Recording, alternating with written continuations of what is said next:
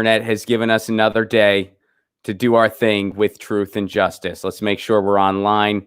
Looks like we're kicking in. Let me make absolute sure here. You guys know how I am. Here we go. I got to see it firsthand to make sure there's no shenanigans, and there's not. What's up, everybody? Good afternoon, good evening, good day, good morrow. If you're coming at us in the future in Australia, how's the future? Did we figure it out? Are we okay? The pandemic, is it over? Climate change, did we nail that? Let me know. I want to be optimistic. Shout out to everyone who makes this show possible. Our friends over at ZT.com, ZHITEA.com. Their tea kind of rules, and you can get their tea wholesale right now. Go to ZT.com. Show them some love. They supply the tea to this show. The raspberry pecan, my personal favorite, but they got an amazing selection of teas, oolongs, black teas, green teas, and you know me, I like to run the gamut. If it's the morning, I like a black tea. I like a nice punch, as big of a punch as tea can give. But if it's the afternoon, I just need a little boost, but nothing too much. Green tea does a solid job. You know the drill. All right, next, our friends over at triageoil.com. That's TRIAGE oil.com. Do you like pain oil? Do you have pain in your joints? I actually do. My neck pain has returned a little bit, probably because I didn't use the oil last night. This pain oil, it is a CBD pain oil, a wonderful aroma, and rub it on your joints, and it works wonders. Thank you guys so much for the care package. This oil has done magic for my neck, and I'm not embellishing. I was in a car accident in 2013. My neck will never be the same because I didn't do it. I just got in a car accident, and I was like, well, I mean, okay. And I didn't go to a chiropractor or anything like that. I should have, but I didn't really have good health insurance. USA, but this oil has done wonders for it. triageoil.com. And are you thinking, hey, Ron, what about the oil that we can digest? Do you have any of that? I sure do. RareNaturalsCBD.com. That's with an S. RareNaturalsCBD.com. You can get CBD oil, all natural, natural flavor, so it's very subtle. I love to have it in my seltzer water, and I just kind of drink it. It's great after an extensive workout. It's great if you just kind of want to unwind, or it's great if you kind of feel a headache coming on and you want to nip that in the bud. Really does wonders. Totally relaxes you. It's all natural CBD oil. And here's the best part. You go to their website, which is rarenaturalscbd.com. Use the promo code Lucy at checkout, and you get 30% off your oil. So please check that out. Use the promo code Lucy. Do not forget, 30% is a hell of a discount.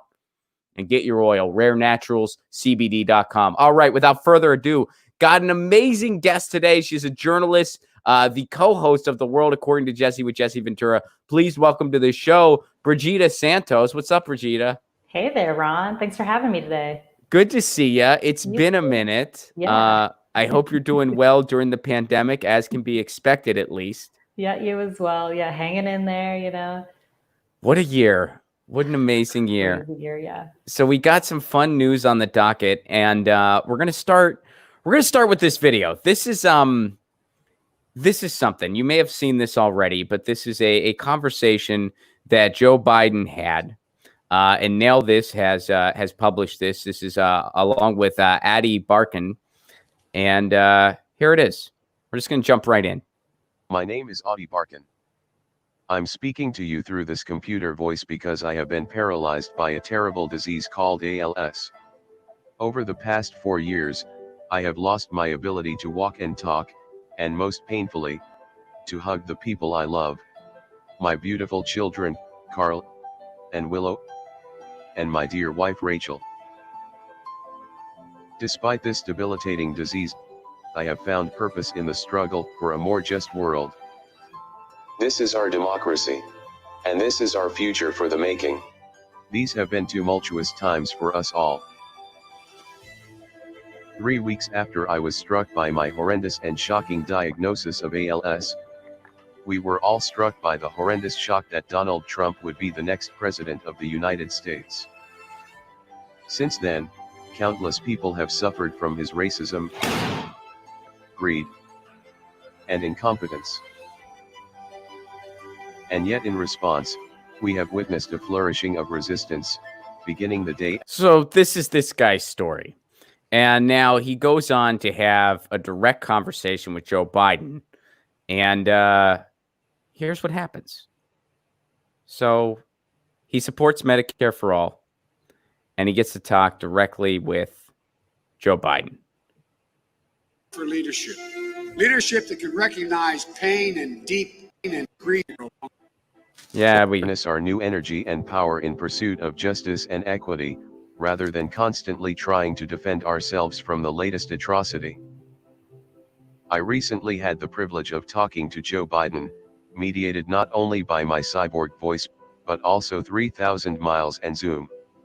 He and I have meaningfully different perspectives on the world, not only on what ails it, but on what we must do to address those maladies. I think that is not enough. Well, maybe when I get elected, you can come and help me figure out what's enough. Despite the literal and figurative. He told you what's enough. Medicare for all. This isn't a secret, Joe. This isn't a secret. All right, so the conversation is about to kick in. Of distances between us, I know that the vice president heard what I was saying.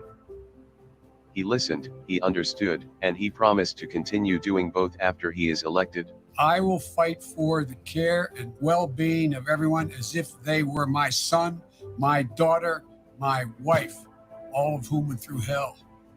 Joe Biden has suffered tremendous loss in his life. But he has turned that loss into purpose. And as bridges to connect with the suffering and humanity of others. We have witnessed this to be in felon before we were today. I hope you will. So this is actually not the conversation that I wanted to share.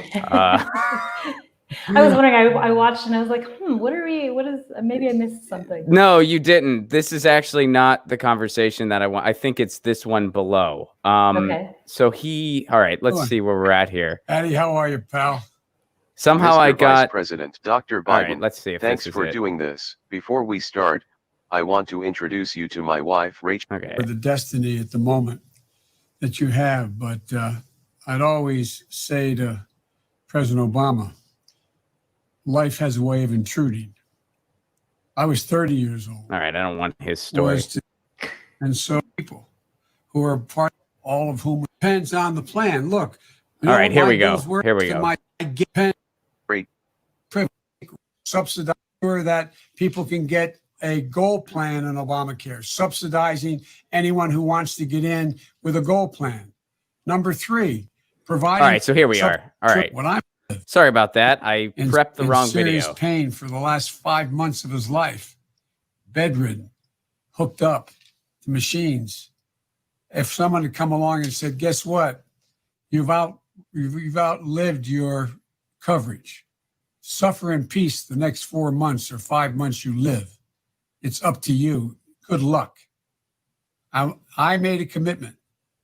I will fight for the care and well-being of everyone as if they were my son, my daughter, my wife, all of whom went through hell. And so what I'm proposing is something that costs in excess of $1 trillion. And we're going to get it done. Thank you for that commitment and that bold agenda. It's no secret that I support Medicare for all. I don't. And that I endorsed Elizabeth Warren and Bernie Sanders in the primary. Both good people. But you won the nomination and I respect that, and I am fully committed to beating Donald Trump. I know that. Throughout the Democratic primary, you made clear your opposition to single-payer, Medicare for all, and you have won the nomination. But One should be in quotes, but and it's just amazing that he just said to this guy's face, because the guy goes on to talk about why he's for Medicare for all, and it's the hell he went through with the private insurance industry. And Joe Biden just immediately, I don't support it. And he gets into specifics, and he asked the question, what is the private healthcare? Who is the private healthcare system really helping? And of course, Joe Biden won't tell the truth. He won't say it's helping the insurance industry. It's helping big pharma who cuts me a fat check. He won't say that. But so here's the meat of the discussion. in recent months, 20 million Americans have lost their jobs and many have lost their health insurance with it. Democrats overwhelmingly support Medicare for all. And it's especially popular among young people. And even your friend, Barack Obama, said recently that it is a good idea. Democrats aren't just running on good old ideas, they're running on good new ideas, like Medicare for all. So my question is, do you see a future where health insurance is no longer tied to employment? Will America ever have a single-payer system where healthcare is guaranteed as a human right? Healthcare guaranteed is a human right, but taking away the right to have a private plan if you want a private plan, I disagree with. I disagree with. There's three things that I propose that we can do. We can do it quickly. I support a public option as well. We can get a public option passed and we can get it passed quickly. Okay, why? First of all, they were supposed to have a public option initially when Romney Care got passed. And I call it Romney Care because that's what it actually is. It was Mitt Romney's healthcare plan. They rebranded it Obamacare. They were supposed to have a public option. Barack Obama changed his mind at the last minute. And then just anyone who called that out, he stabbed in the back like Dennis Kucinich. So first of all, we should have already had that. Second of all, the reason they'd be able to get something like that through is because for a single payer system to really work and be effective, and we can look at every other industrialized country in the frickin' world, you need to have everyone in the pool. That's how it works. You need to have everyone in the pool. So what he's calling for, once again, is not enough. And he's saying this right to the guy's face. All right, so here's his solution. Number one. Number two, I propose spending almost $1 trillion to make sure that people can get a gold plan in Obamacare, subsidizing anyone who wants to get in with a gold plan. Number three, providing for the option to have home care paid for and elder care paid for, not as part of Medicare, as just a basic right. It's an absolute basic right.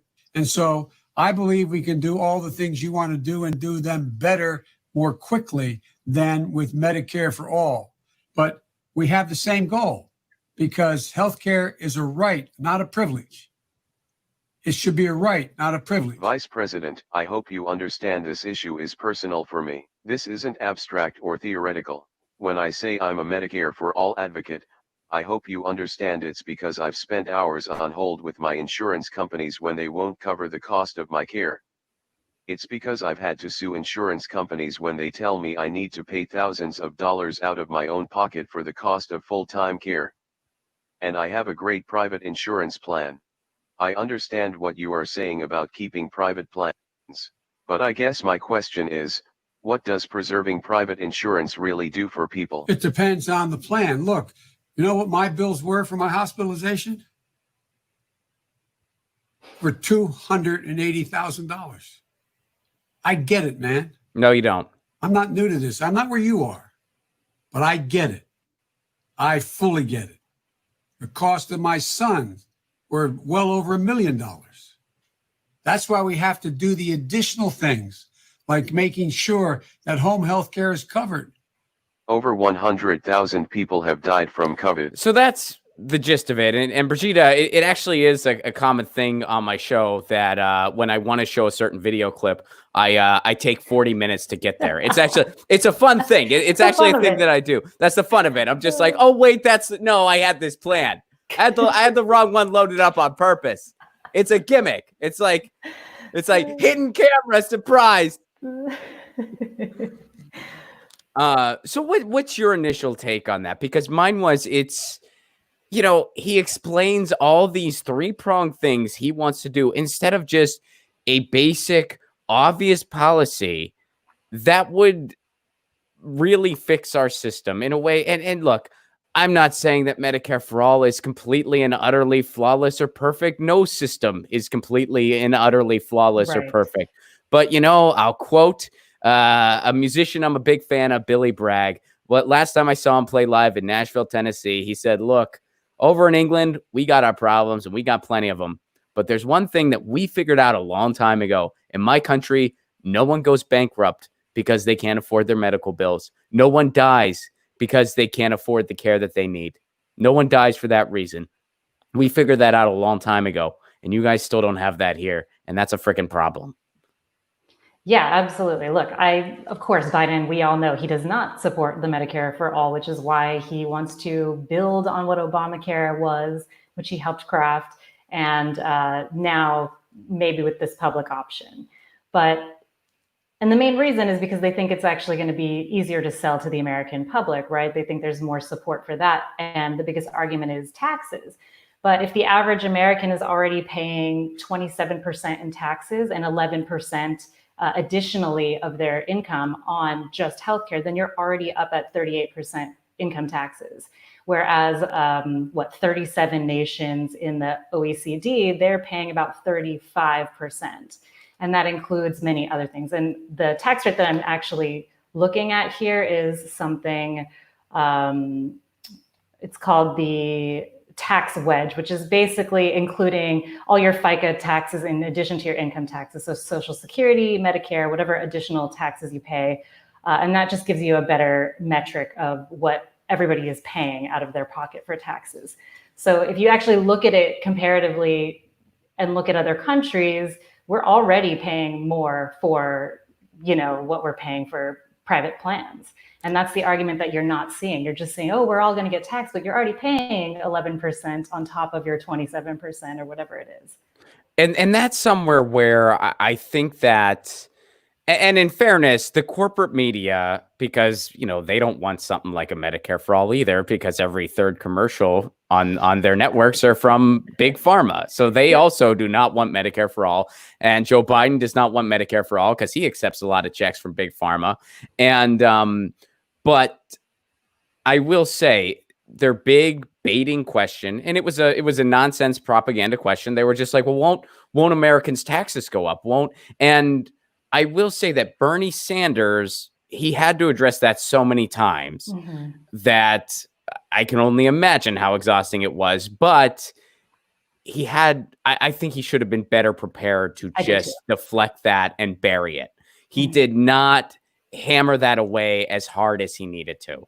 And it's not, you just explained it. Exactly. I can explain it. Be like, look, yes, will your taxes technically go up? Yes, technically, but here's the deal. You're not going to be paying. You're already paying it. 11. You're going to pay 11%. Exactly. And that's the thing. Other countries in Europe, sure, they're taxed at 60, 70% income tax, but they get free education. They get all these things that if you add it all up and then take the percentage and calculate it on top of what you're already paying in income taxes, it's probably pretty similar. And we actually might even be paying more than other countries are. Well, for healthcare, we sure as hell do. For Sure absolutely. absolutely. The And fact overall, that his son's bills were in the millions, I have friends with the same thing from suffering from cancer. That's absolute insanity. Especially when the same drugs are sold overseas, exactly the same brand, significantly lower price. And that is one thing that this Biden care is going to allow you to do, is go abroad and get those cheaper drugs. But again, we'd rather give people that option. Nobody wants us abroad, though. Exactly. You have to go abroad. Hey, if they let you in, if we figure out this pandemic and they let you in, you can maybe get some cheaper drugs. Maybe. Well, and think about how silly that is. Rather than giving it to us at home here, just now you're allowed to go get it overseas, And that's another thing. Bernie Sanders had that bill that would have allowed, more drugs to come in, and it was stabbed in the back by Cory Booker. Bernie Sanders and Liz Warren, it was actually the two of them. They had that bill to get the government involved in generics, and that, of course, got shelved too, because the big pharma lobby is very, very strong. But it's just remarkable to me. Like if I came up to you and I said, "Hey, Brigida, what are you paying now on your car payment?" And you say, "I pay $400 a month." Under this new system, Brigida, you can pay $200 a month. And this insurance policy is way freaking better. Are you in? And you're like, "I'm totally in." And then I go, "Here's the gimmick. That $200 a month, it's still a way better plan and you're getting better stuff all around, but it goes to the government instead of, whatever private bank your loan was with before." And then you're like, screw it, I'm out. That's how much sense it makes. It's like, why does it? You're getting a better product, right? And it's cheaper. It's just the government's doing the bookkeeping, essentially. And that's how single payer works. And where have we seen that work and be efficient? Every other industrialized country in the world. Yeah. All of them. Exactly. Except for Switzerland, they have some private model, but there's a lot of protections and regulation around it. So it's not at all like ours, at least not comparatively. But because of that, there's this kind of expensive. That's and it costs. And the other thing that really still has not been hammered home hard enough is when Biden was, during the debates where Biden was saying, how much does it cost? How much does it cost? Which is a straight up lie. We know how much it costs. It cost half of what we're paying now. Medicare for All would cut our cost overall that we're expending on healthcare now and the GDP. It cuts it in half. So they would use that big, what was it, like however many trillion it was. Like they would use that number, like I think it was like 3 or something like that. They would use that number to scare people. And what they didn't tell you was our current system over as much time is costing twice that. So we're already paying that. We're already paying. That's my point. We're already paying. It just, where are you moving the numbers and how are you, like, what's your metrics for measuring that? It's just shifting things from one place to the next, but it's actually shifting the burden off of us as individuals. Do you think Biden knows better, or do you think he's really that tone deaf? I think he knows better, but I think he truly, really just doesn't support it. I mean, we're talking about the corporate party on both sides. They are pro-corporation. So they don't, of course they know what they're doing, but they truly don't support giving more to average Americans. Yep. For free. Well, so here's something else I wanted to kind of point out on this. And this is also a video. I got the wrong one queued up. So give me a solid hour and a half and I'll be right back with you, Brigida. Hold tight. I'm sorry again. I'm a little embarrassed. Oh, okay. Don't be. So Hillary Clinton shared this. And if the print's too small, she goes, healthcare is a right, not a privilege, even though there's footage of her saying that single payer will never come to pass. This important conversation between Adi Barkan and Joe Biden gives me more confidence than ever. We'll realize that truth in our policy soon. So it's interesting to me that, and I think that she doesn't realize that in this conversation, Joe Biden is the villain. She doesn't realize, because if you really watch what he's saying to this gentleman, he's pretty much saying, I'm not going to help you and I don't support what you want. And I won't, when you ask the question, I mean, the most poignant moment in that discussion was when he said, who is the private insurance company really helping? And Joe Biden kind of had a deer in headlights look on his face because he knows the real answer to that question. The real answer to that question, who is the private insurance industry helping? The CEOs and people like Joe Biden and people like Hillary Clinton, the people who take their money and the people who profit off of people's health. That's who it's helping. The people, no, it sure as hell ain't helping the American people. And they know that. And that's what Joe Biden would never say. That's what Hillary Clinton would never say. So here she is sharing this video as if Joe Biden is the ally in this video. No, Joe Biden's the villain in this video. And so is she.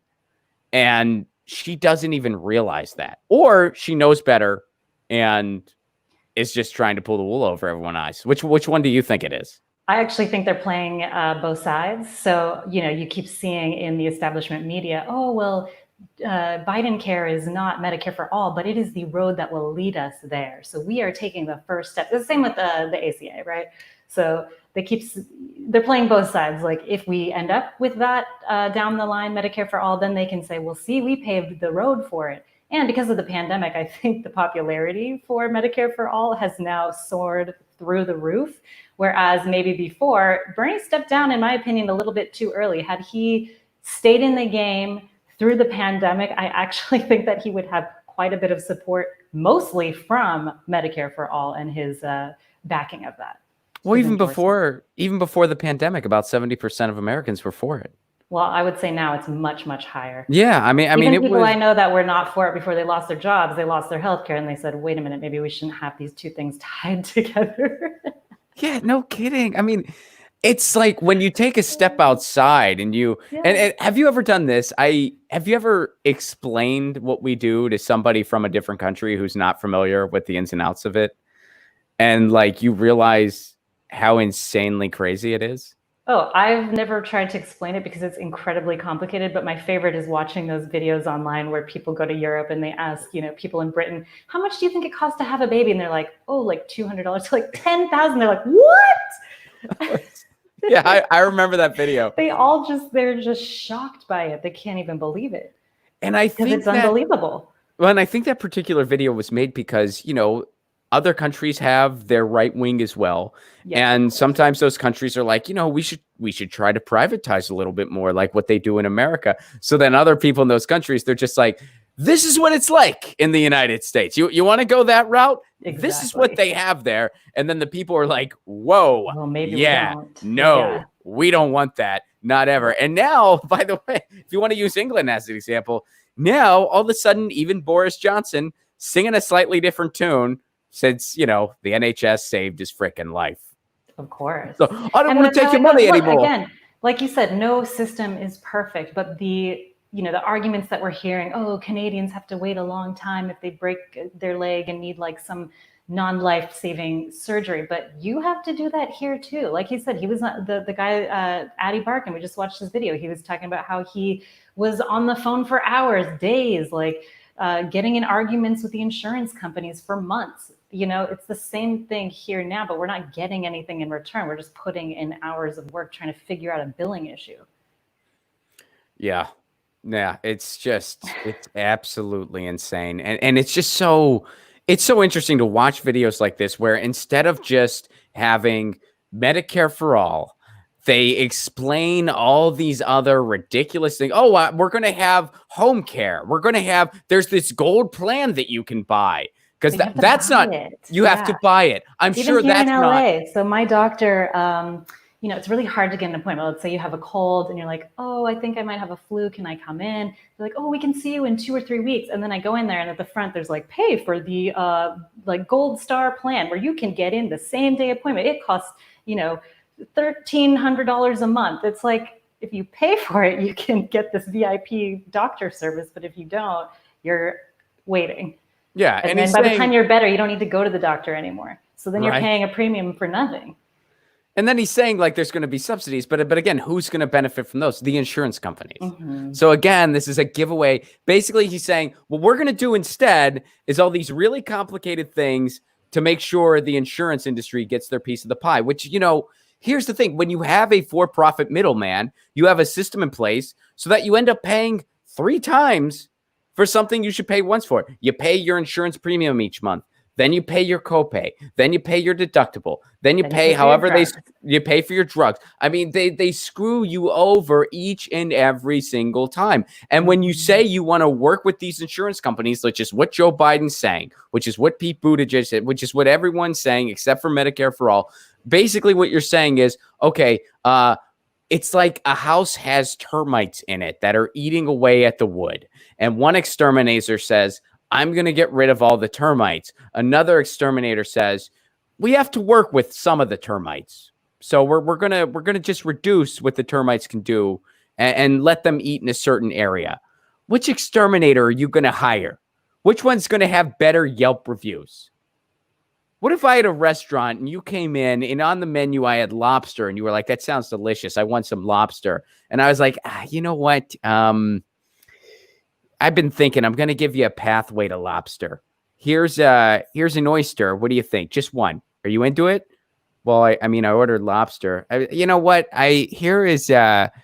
You like asparagus? Here's a piece of asparagus. That's like usually the side when I serve my lobster. So we're getting closer to the lobster. You got an oyster and an asparagus. What do you think now? I wanted, can you get me lobster or no? Like, you know what? Here's some crab. How long until you walk out of my restaurant? Again, they're playing both sides because they don't support it, but they're saying that they're going to pave the way and somebody else down the line maybe will pass it and it'll be thanks to us. Someday we can have better things. Just not yet. Not yet. Lobster. Not yet. Someday. I mean, until then, things have to be pretty horrible. But Trump's more horrible. So what do like that's here, Republicans need Democrats because Democrats are allowed to be so ineffective because of how horrible Republicans are. Similarly, Republicans are allowed to be as horrible as they are because of how ineffective Democrats are. Because every now and again, people are just like, these guys are doing absolutely nothing. I'll take a chance on this snake oil again because maybe it's changed. It hasn't. And that's bipartisanship. That's our system. It's wonderful. Yeah, and I think they design a lot of bills that they have no intention of passing because they know once they take it to the table, the Republicans will shut it down and they'll say, see, it's their fault. They did this, but they really never intended to pass in the first place. And they know it. It's all for show. And they started a compromise position anyway. They Yeah. started, hey, Green New Deal, we're not touching that. Medicare for all, we're not touching that. Here's this compromise, lame, weak, middle of the road, pandering nonsense that really gets nobody excited. So Republicans are just going to make it even worse. And then there you go. We're done. Yep. So here's some good news. Now, my personal 2020 endorsement is my presidential choice is general strike. And my VP pick is rent strike. That's my official endorsement. It's been I think they already got my 2024 endorsement, as a matter of fact. And they got my endorsement in the midterms. I'm a general strike, rent strike stan. I think we just need to go on strike. I have said the strike does not apply to me as a content creator and comedian who is not able to tour, which we got a story about that coming up later. So I will be a communication vehicle to the best of my ability. My producer, Lucy, who's a black cat running around here somewhere, she is also on board. And that's what I plan to do. And it's happening. So check this out. AP exclusive strike for Black Lives to highlight racism. A national coalition of labor unions, along with racial and social justice organizations, will stage a mass walkout from work this month as part of an ongoing reckoning on systemic racism and police brutality in the United States. It's a strike for Black Lives. It's happening, I believe, on July 20th is the big day. So July 20th, there's going to be a massive strike in the country. Yeah, here you go, July 20th. And one of the things that I've been saying for a while now is I think the best thing that can happen for society is all the momentum around people who are striking, rent strike, people who are walking off the job, people who, all these wildcat strikes at Amazon, and then, all these Black Lives Matter protests.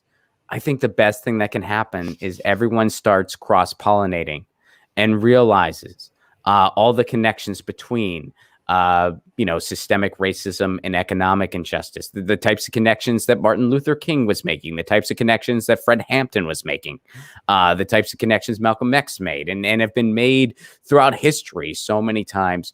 We need that to happen again, and for it to gel into a mass movement of people saying we've had enough and we're not going to be the cogs in your machine anymore. We're not going to keep the system working anymore. The pandemic has taught us who the essential workers are. So much so that guess what we frickin' call them?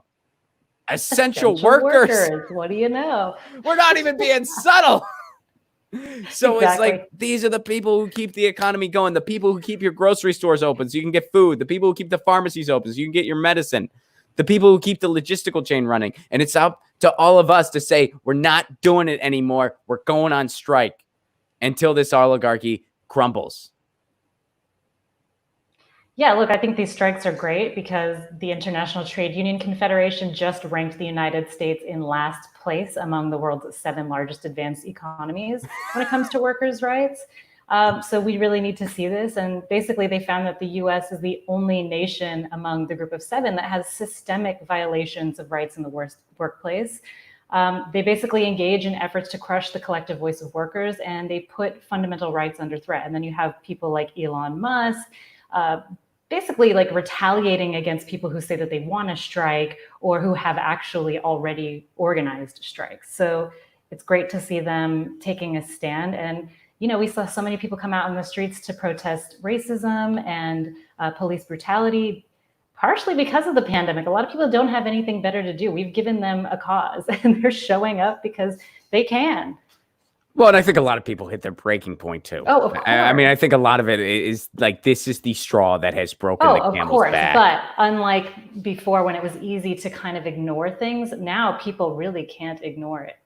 Mm-hmm. Well, not just that, but the work culture is set up so that people can't. I mean, it's set up in a way. I mean, like you're saying, last in workers' rights. That's by design because they want it to be, well, gee, in other countries, they strike and they get what they want. For a number of reasons. One, they're treated like human beings and they get better wages where you only have to work one job. 2, their healthcare is not tied to their job. Here, when you're working 2 and 3 jobs just to survive, you're one paycheck away from losing your apartment or not being able to get groceries. You can't really fathom, I'm going to go on strike to get treated better. And that's by design. You can't really fathom, I'm going to protest the injustices in the world. And that's by design. Well, and now people are actually losing their lives. So we had all these workers' rights issues at factories, especially in the meat industry, Tyson Foods. But now with COVID, people are literally losing their lives because they're being forced to go into work with the same crappy working conditions that were already in place before the pandemic. But now, again, they can't ignore that this is happening. And so, I went to Target very early on in the pandemic to try to stock up on things, panic buy a little bit. And I felt so bad being there. My clerk was panicking. She was like, I need to run to the bathroom and wash my hands. I could see that she was having a full panic attack, and yet she couldn't afford not to go to work. She had to be there. And this was before they named anybody essential workers, before they allowed people to even wear gloves and PPE masks there. In fact, Trader Joe's, they were told early on that they were not allowed to wear any masks or anything. So these workers were incredibly terrified of a disease that nobody really knew anything about. And yet none of them were in any kind of a financial position, because a lot of them do have healthcare through their work as well, to just say, I'm not coming to work today. And just watching their fear, it really made me have so much sympathy for them, because they are essential workers and we all need them. And it was really, really sad to see her have a full panic attack right in front of me. It's heartbreaking. And then when you see these strikes, which of course the strikes are motivating and gives you a little hope. But then when you see what they're asking for, it is so criminal. And there's no other word for it. It is criminal that they even need to ask for this during a pandemic. Give us the cleaning supplies that we need. Give us hand sanitizer. Give us the equipment that we need to do our job. When someone has COVID, let us frickin' know. Let's follow proper safety procedures. People get sent home. People get quarantined. I mean, these are just, they should not have to ask for any of that. Give people hazard pay, for crying out loud. And we should be going way further than this. Nobody in any store, in any situation, should have a shift longer than 4 hours right now. It shouldn't happen. It should not happen. It should be efficient and as safe as possible. Nobody should be working more than 4 hours at a time. You got to pay them for a full day because people need to work more. No. Everyone should be getting time and a half. Yeah. And that's an important addition. Absolutely. Everyone should be getting time and a half minimum. Taking advantage of this moment with all the protests that we've seen, as I just said, for anti-racism and against police brutality, it is kind of like the Arab Spring. It's like a perfect time for everybody to come up and air all their grievances at once, because people are paying attention and you are seeing some legislation and things change. Colorado just passed a pretty comprehensive police reform bill, and they're the only state in the nation now to ban qualified immunity, which is incredible. The rest of the bill, it's okay. It's basically advocating for things that were already illegal, and yet cops were still doing them anyway. But the big one is the qualified immunity. My point is, these things are working, demonstrating and having everybody come out. And maybe now people are getting sick, and obviously don't come out and protest if you're sick, but just having that be a talking point right now where people can all relate to that across the whole world, I think is really good. So, and that's the other thing too.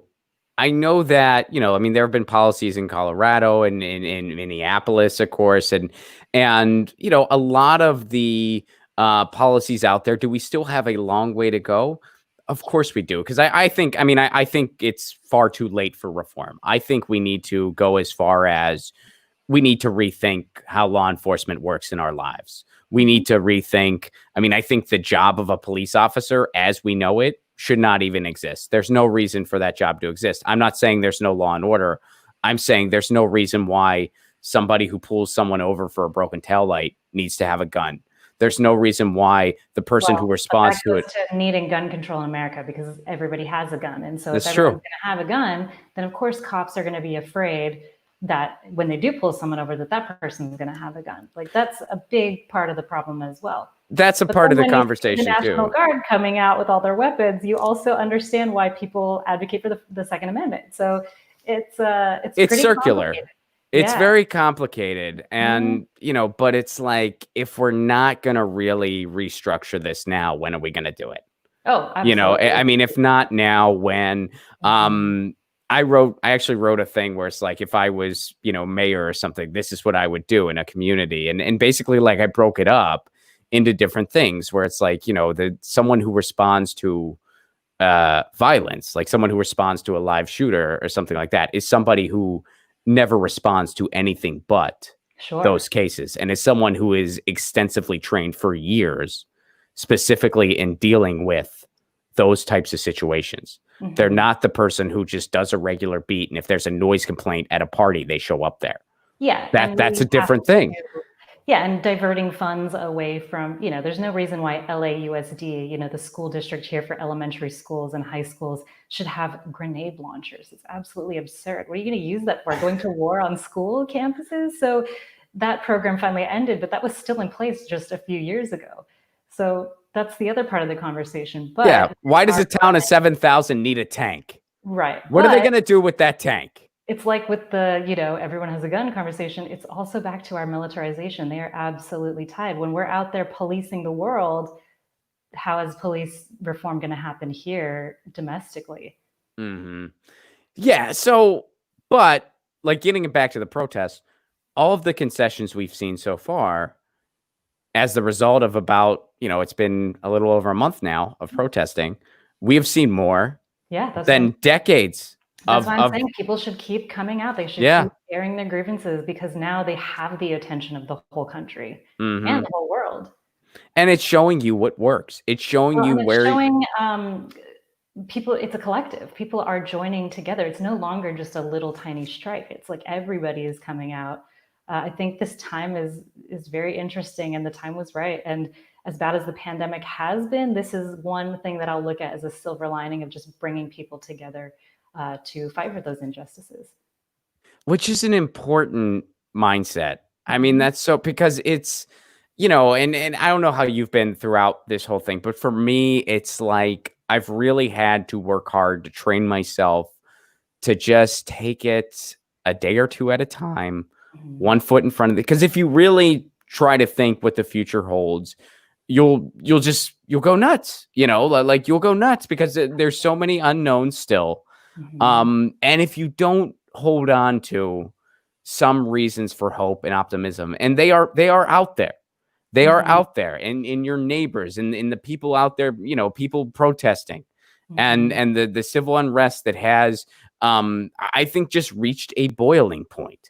You know, we are amidst a pandemic. We have faced martial law. The president has instigated violence against his own people, called for the shooting of American citizens. This is a breaking point. We've reached a breaking point, and you got to maintain some hope that we're going to come out the other side a better place. Yeah, we already are. Like we said, there's little mini things happening, little reforms step by step, but it is happening. And that is really the silver lining, because we'd seen police killings on camera for years. Every single week there's something. And it did not get people galvanized in the way that George Floyd did. Again, it was the perfect time. People were sitting at home like, oh my God, I can't believe, like, everyone saw it. There was no reason not to see it, because everyone's sitting around like trying to figure out what they're going to do next with their lives.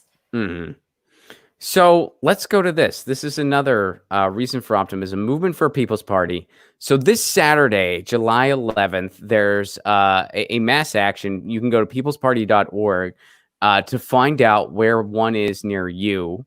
And what they're calling for is a people stimulus, defund police, Medicare for all, basic income, cover payroll, cancel rent, suspend debt payments, because, you know, they're going to be rolling out the final stimulus bill coming up here, and an eye roll is the absolute appropriate response. I'm saying that for anyone listening to the podcast, Brigida just gave a perfectly timed eye roll, which is the most appropriate response to the government's quote unquote stimulus bills. For the people. Yeah. For the people. CARES Act. We care. Do you? Do you? You just, I mean, if you really want to sum it up in just the most basic nuts and bolts, they were like, hey, banks, here's a bunch of money because you asked for it. Are you going to help people get some of this? Maybe. We don't care. Okay, we don't either. We're going on vacation. Rinse and repeat. Except for the vacation part. They technically only did that once, but the rest of it, rinse and repeat. That's been every freaking bill. And Well, then yeah, the banks made billions of dollars in loan initiation fees just from that, which is why they were prioritizing the bigger loans over the smaller ones. yes, well, in the whole PPP thing, that was a total scam. Yeah. And it's like, did some of like, I mean, because sometimes like I tweet about that, and there's people on Twitter who are like, well, I know a certain small business that got something, and it's like, okay, did some of it eventually, quote unquote, trickle down? Yes, a little bit of it did, but what that was intended for, small businesses, and who ended up getting it. I mean, there were people tied to Pelosi who got it, people tied to Trump who got it, all these major corporations that got it. And that was by design. You have this first come, first serve model. You have it designated so that a lot of institutions qualify that shouldn't have. Well, who's going to get that money first? The big corporation who has lawyers working on their application day in and day out, and they're ready to hit send as soon as it becomes available online? Or the actual small business that's run by a family that's worried about their kids, that's worried about their employees, that's worried about just getting food on the table and figuring out what's next because they're seeing their lives just completely change. Who's going to get it first? I mean, it's just such a blatant F you to the people. Well, and they left the loopholes in the bill on purpose. So they said small business, but they weren't accounting for some of these are franchises with multiple locations. And so each location may be considered a small business, but it's all under this big corporate umbrella. And they were still able to tap into those funds. And like you said, I do think that was by design. So what if we just, hear me out, we just replace the entire federal government. We just fire everybody. Everyone is completely fired. You're just gone. And we replace it with just an ATM machine that says Wall Street only. Like, what do you think? I mean, because then it's like everyone knows what's really going on now. Like everyone knows. Like, I think everybody already does know, and that's the saddest part about all of it. Is like the wool is off. Like everybody can see it. You think everybody? I think a lot of people still don't. Maybe everybody I know. Maybe I'm preaching to the choir here. I mean, we got this. We know. We got it. No, I hear you though. I mean, more people are realizing. More people because of shows like yours, like we and like ours. There are more places for people to go to get information now. That was not the case. Even when I was in college, we barely had iPhones. Meaning we barely had a computer in our pocket. Like you couldn't really like have easier access to as much information. You didn't have quite the way of the level of like podcasts that are out there. You had some YouTube channels, but even that was just being born. It was in its infancy. No, I had to take a step back to think like, okay, well, wait a second. When were iPhones really? So yeah. No, it was when I was in college. Were you a quick texter? Was I a quick texter? So all right. So what I mean by that? Yeah. You like, were? Did I start texting? Like, did I start texting people? Yeah. Yeah. Okay. See, I wasn't. So no, you were like the call guy. I was the call guy, which I actually appreciate nowadays. Like when people call, I'm like, oh, hello. This is very important. Yes. I thought it was weird at first, and so it's like. I think you and I are around the same age range, and so we are. Texting started happening when we were like, I think either in college or like about to enter college was when texting started on phones. And I think I had texting in high school as well, but it definitely was, we had pagers back then, not in high school, but junior high, and people left like the stupid texts on the pagers. 911. It's really important. It's really so-and-so might have a crush on me. 911. That's what it's 911 for. Call me back. I did not have a pager. I was not lucky enough to have a pager at that age, but I had a lot of kids at my school who did. I did not. I was not cool enough to have a pager. I was not that important. I did not have a pager. And when I first got a cell phone, I didn't really use it much because I was just like, I don't know. Like all my friends live in my neighborhood. I usually just walk. This was back when you would just walk to your friends' houses and bang on the door. Right. If they were there, they were there. And if they weren't, oh well. You moved on. You moved on with your life. And but I remember when people would text, because remember like at first like the text message was like the entire screen, and you had to like, because you had like a little flip phone or whatever, and you'd be like, what is this? Like you had to like scroll down to just see a sentence. And I was like, what's the point of this? So whenever someone would text me, I would just call them. Because it'd be like, what's going on tonight? And like, I'm not gonna.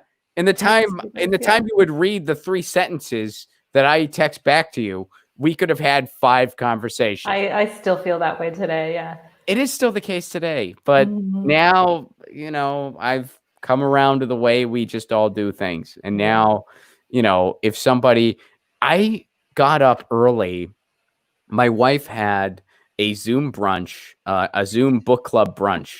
And well, a lot of the people were East Coasters. So it started. Late for them. So it was 9 a.m. for her. So, but she wanted to do it. She got it. So she got up for it. She was excited. So I kind of was wrestling earlier than usual too. And I decided, well, I'm up early on a Sunday. That doesn't happen often. This is kind of neat. I'm going to go to the farmer's market, get some fresh veggies. And so I called on my way there. I was like, I'm going to see what my sister's up to. And she thought something was wrong. Because not just because I was calling, because we do talk on the phone somewhat regularly, but because I was calling. Yeah, I was calling that early. She's like, you don't really do this. Why are you awake? And I'm like, the breakfast club brunch. I wasn't invited. But you have your own breakfast club, I got my own club. I'm going to the farmer's market, going to get some carrots. Oh, the good old days when we could go to the farmer's market.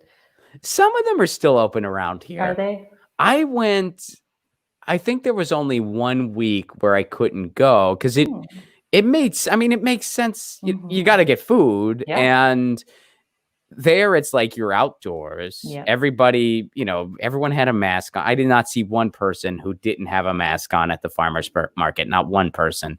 There were hand sanitizing stations everywhere. They had the tape marks down.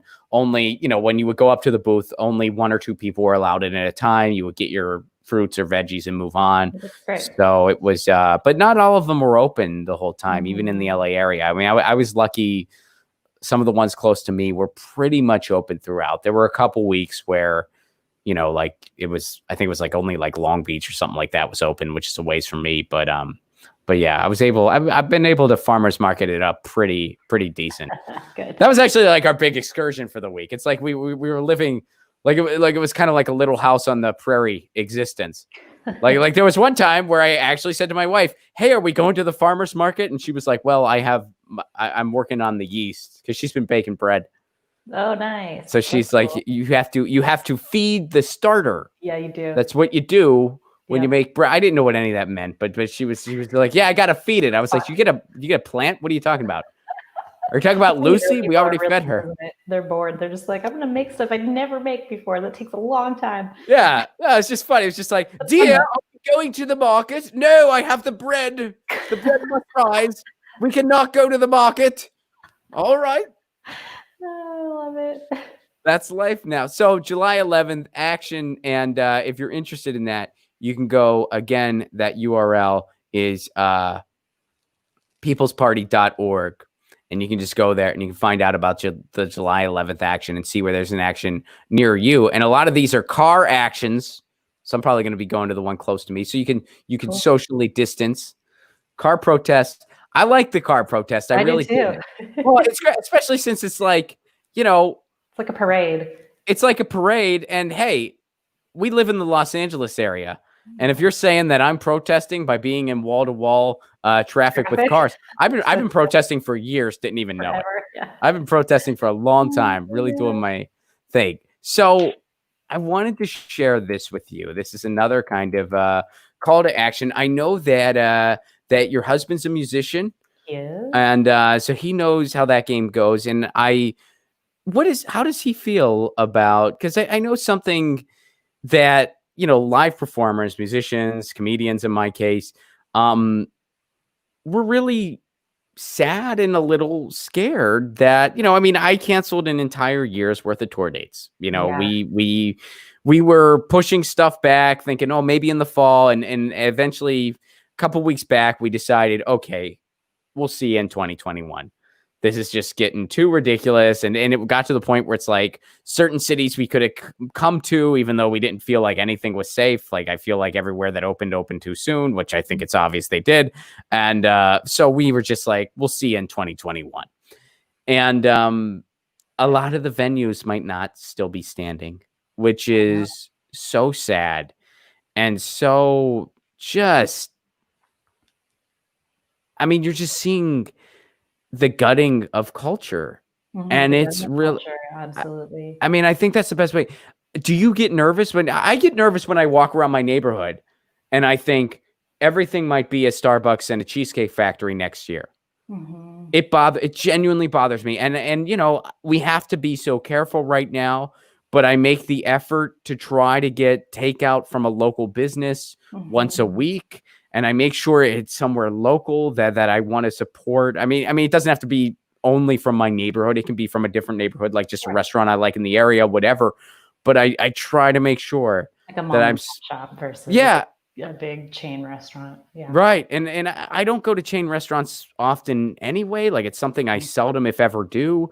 And usually when I do it, it would be something like I'm on the road and a Chipotle's nearby Right. or That's what something you like have. that. Mhm. Yeah, it's like that's what you got. Those are your options. Yeah. So it's not like I go to chains anyway, just because there's other choices around me, Definitely in LA, we have so yeah. many amazing choices that are not chains. They're all local spots. Yeah. Great. So if I lived in a small place, that might not be the case. I might go to something like a Chipotle more often because I just don't have as much available to me. But in LA, you got everything you could ever want or ask for. So, I make the effort to make sure I'm support because I don't want to see these places close. I No. really don't.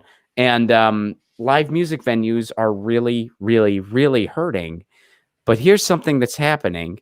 This is saveourstages.com.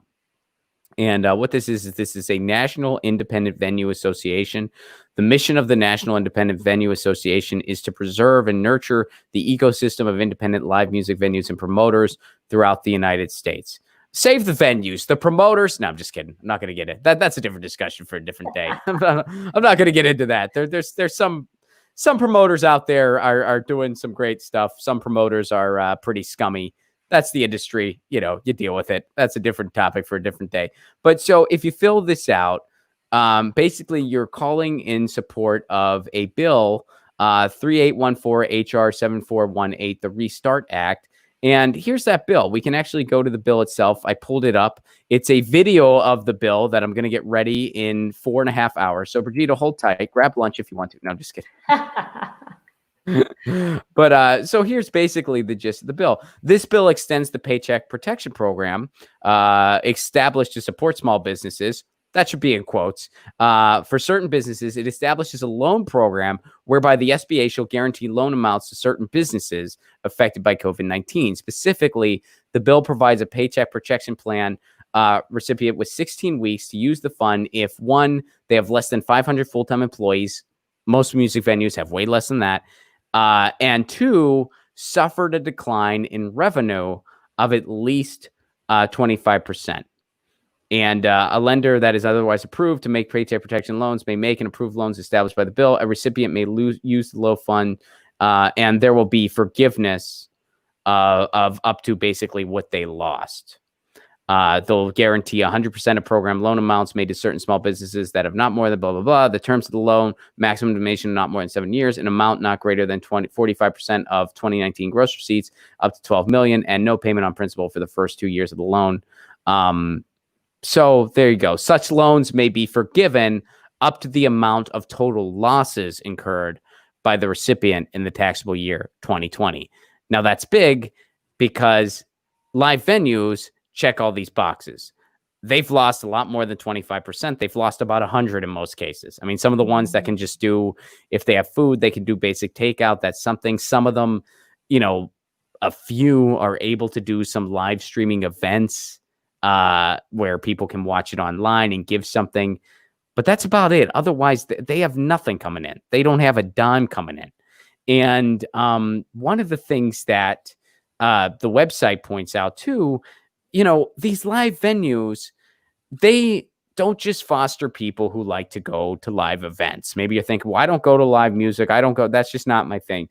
Well, this is important in other ways. Live venues also foster all the businesses around them. Because guess what? When you're going to see a folk show or a comedy show, You might want to get dinner beforehand. You're going to go somewhere nearby so you can walk over to the venue. You might want to get around beforehand because, you know, drinks at the live venue are usually a little more expensive. You might want to grab a quick pregame round at the bar nearby, or maybe you just want to talk easier. So there's statistics out there where the businesses around the live venue, they go up whenever that venue has an event. They see about a 12% increase that night that they wouldn't have seen otherwise, in some cases more. So this is infinitely important to a community, not just culturally, but economically as well. Yeah, and it's not just live venues. It's, you know, like individual gyms, other businesses that are around. I mean, you drive down any street in LA right now, and there's like hundreds of businesses. Most of them are just completely closed. It's pretty terrifying. Yeah, it really is. Well, how does your husband feel? Like, is he For live concerned? venues, well, of course, you know, he had a song that was released this year by a DJ named Millennium, who was going on this like national tour, was selling out like Madison Square Garden and the Staples Center. And then, you know, something like this just kind of stops all momentum because, you know, obviously people can't go to these venues, nor should they with a pandemic going on. But yeah, of course, people are worried. It basically stops all your income for the year if you don't know, or you have to find another way to make money, which is also very hard right now. But yeah, not being able to go anywhere and share your work is very troubling. Well, so there's another statistic out there that they estimate if nothing happens, that 90% of live venues aren't going to make it. And, you know, in all the tour dates that Graham Elwood and I canceled, 2 of the venues already that we were supposed to be at this year closed their doors permanently. A venue in Boston and a venue in Seattle. Yeah, they didn't make it. And this was months ago. Now, I mean, there might be more now. I mean, this is just what I know because we were in contact with these venues as we were trying to figure out what to do. It might be more now that didn't make it. But, you know, as of it's so, you know, and it's like, I am a simple man in many ways. And the one thing that I need when I live in a neighborhood, I like to have some good eating options. You know, I like to have some good food options. And I like to have my neighborhood punk dive where I might be able to, I can just get a cheap beer or whiskey and I can maybe see some live music I'm going to enjoy. And it's just like my chill hang where I know they're going to spin the music that I like. And that's about it. Those are my only big requirements in a neighborhood. And not every neighborhood has those. You know, where I live now, it does check those boxes. Although, of course, I'm worried about my local hang. You know, Old Town Pub in Pasadena. Shout out to them. They don't serve food, so they're not open right now. They haven't been open in a long time. But yeah, I mean, this is one of those things where, you know, and there are so many concerns right now. And I understand that, you know, there's a lot of very immediate concerns that people are facing. And I get that. But this is also part of the story, too, where it's like, I'm nervous and very worried that we're seeing a leveling of American culture as we know it. Absolutely. Because like I said, it's across the board. It's not just live venues for music and comedy and performers. It's also hair salons, nail salons, like, you know, in LA, so many different exercise studios. Then you have the small mom and pop restaurants and other small business retailers. It's so many things. And if they all go out of business, you know, the big corporations, sure, they can declare whatever chapter bankruptcy that actually allows them to remain operational. They don't have to actually dissolve their whole business and liquidate everything. It's more like they have an investor come in and kind of clean up what is wrong for the moment and help it kind of survive. But even some of them won't be able to stay open either. So I don't know what we're looking at in the future in terms of culture, but the sad thing that I'm going to bring up is, you know, a long time ago, I talked to a friend who works in tech and I said, are you worried about global warming? He's like, no, because once we get at that point where we can't even breathe the air, we'll all just stay inside and go on virtual reality. And I was like, oh my God. So I'm both curious to see what happens and also terrified to see what happens. Maybe these venues will get clever and start having people like you come on and still perform and live stream it out. Of course, it's not the same thing and it's not going to be able to maintain much business, but maybe they can sell tickets. And It's really not the same. it's not the same at all. I'm It's not even trying to say that it is, but I would hope that they can come up with a creative solution in the short term to allow them to stay afloat and survive to the long term. Well, here's the thing, and I'll say this to that. It's not the same, but it's a lot better than nothing. Exactly. I've been. If there's a clever way to do it for the next, a year and a half, maybe 2 years that we have to deal with this, that would absolutely be better. And of course, they're not all going to be able to stay open on some kind of alternative business model like that. But there maybe are some short-term creative solutions. And also, hopefully that stimulus package will actually help people and unlock funds for the people who actually really help do the need right it. people. Not these big companies, not these massive, Ivy League universities that are already profiting. They don't need the money. Yeah. I've been doing Zoom shows throughout, and it's, like we have another one. Graham and I have another one coming up on Saturday, by the way. Venmo at Graham-Elwood. Venmo $5. All the proceeds are going to charity.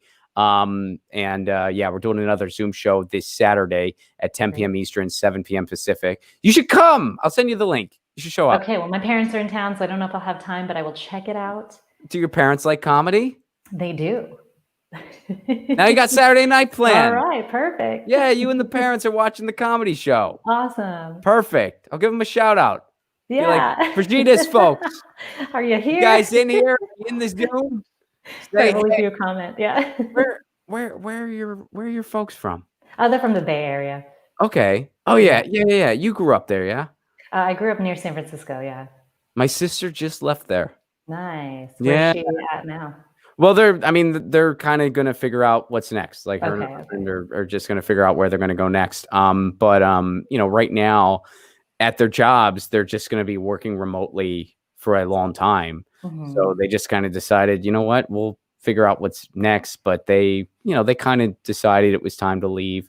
They'd been there for a while, but I love San Francisco. It's changing a lot. Mm-hmm. It is changing a lot. It is, it's got its issues right now. My parents are in the suburbs, so it's not as quite as crazy pricey as the actual city. Yeah. JH Scott 6, what's up? Hi, hello. Thank you for the super chat contribution. Enjoyed you on Graham's show and enjoying this interview with Brigida. Keep up the good work. Thank you very much for that. Mana Talk, what's up, buddy? I hope you're doing well. Car drive-bys, LMFAO. How about we just throw bags of feces at all politicians? I say we just fire them and replace them with an ATM that says Wall Street only. Then everyone, you're going to go on a visit to DC and you're just going to see that Wall Street and you're going to be like, this is wrong. We got to rethink all this.